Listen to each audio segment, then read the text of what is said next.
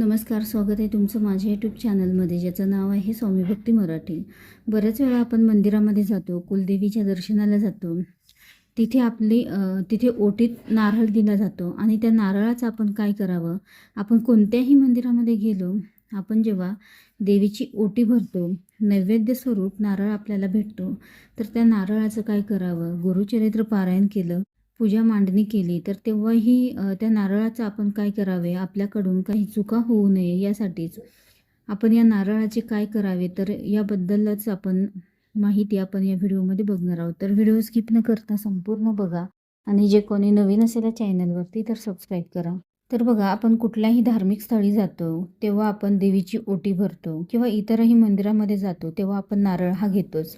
आणि कोणत्याही मंदिरात गेलो तर नारळ आपल्याला भेटतो. घरामध्ये एखादी पूजा केली, वास्तुशांती केली तरी आपल्या ओटीमध्ये नारळ हा ठेवला जातो. आणि वास्तुशांतीच्या वेळी जेव्हा नारळ आपल्या घरामध्ये ठेवतात तर तो नारळ आपल्याला आपल्या घरातच बांधून ठेवायचा असतो लाल कपड्यामध्ये.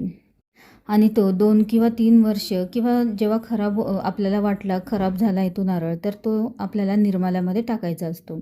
आणि जे मंदिरामध्ये नारळ मिळते तर ते घरी आणायचं आहे. आणि त्या नारळामध्ये जे मंदिरामध्ये मंदिरामधनं जो नारळ आपण घरी आणतो तर त्या नारळामध्ये जास्त प्रमाणामध्ये सात्विकता असते.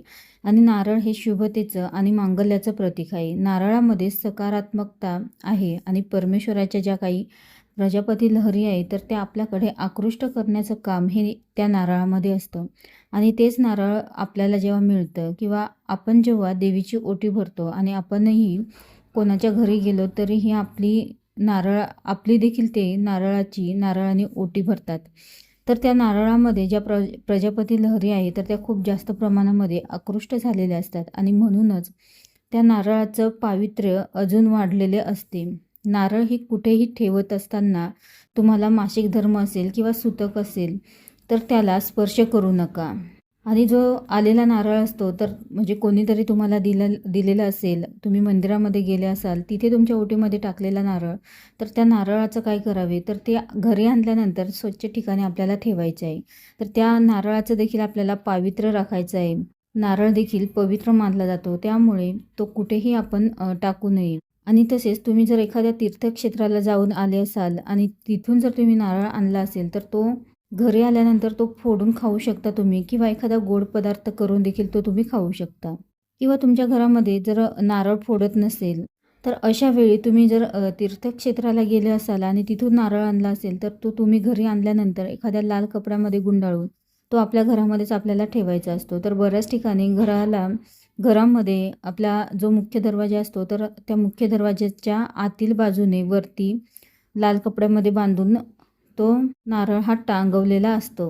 किंवा तुम्ही घरामध्ये कोणत्या तरी कोपऱ्यामध्ये देखील तो नारळ लाल कपड्यामध्ये गुंडाळून तो तुम्ही ठेवू शकता. त्यानंतर ते नारळ जर सुकले किंवा तुम्हाला वाटत असेल की तो खराब झाला आहे तर तेव्हा तुम्ही तो वाहत्या पाण्यामध्ये टाकू शकता किंवा एखाद्या चांगल्या ठिकाणी तो टाकू शकता. तसेच तो आणल्यानंतर तुम्ही पाण्यात देखील ठेवू शकता, जेणेकरून त्याला कोंब फुटेल आणि तो तुम्ही जमिनीमध्ये लावू शकता. तर असे देखील तुम्ही करू शकता. त्यासोबतच आपण आपल्या देवघरामध्ये जो कलश मांडतो आणि त्या कलशामध्ये जो नारळ असतो तर तो जरी खराब झाला असेल तर तो देखील तुम्ही वाहत्या पाण्यामध्ये टाकू शकता किंवा घरी देखील तुम्ही फोडून तो नारळ खाऊ शकता. आणि जो कलशातील नारळ आहे तर तो कधी बदलावे, तर काही जण तो नारळ महिन्याने बदलतात आणि काही जण तो खराब झाला की तेव्हा बदलतात.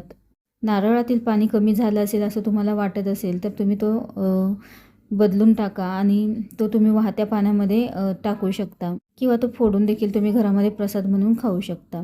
तसेच आपल्याला आलेले नारळ हे मंदिरामध्ये ठेवू नये किंवा कोणालाही ते देऊ नये. त्यासोबतच गुरुचरित्र पारायण केलं असेल आणि त्यानंतर तुम्ही थोड्याच दिवसामध्ये परत एखादी सेवा करणार असाल, एखादं पारायण करणार असाल तर तेच नारळ तुम्ही पुन्हा वापरू शकता.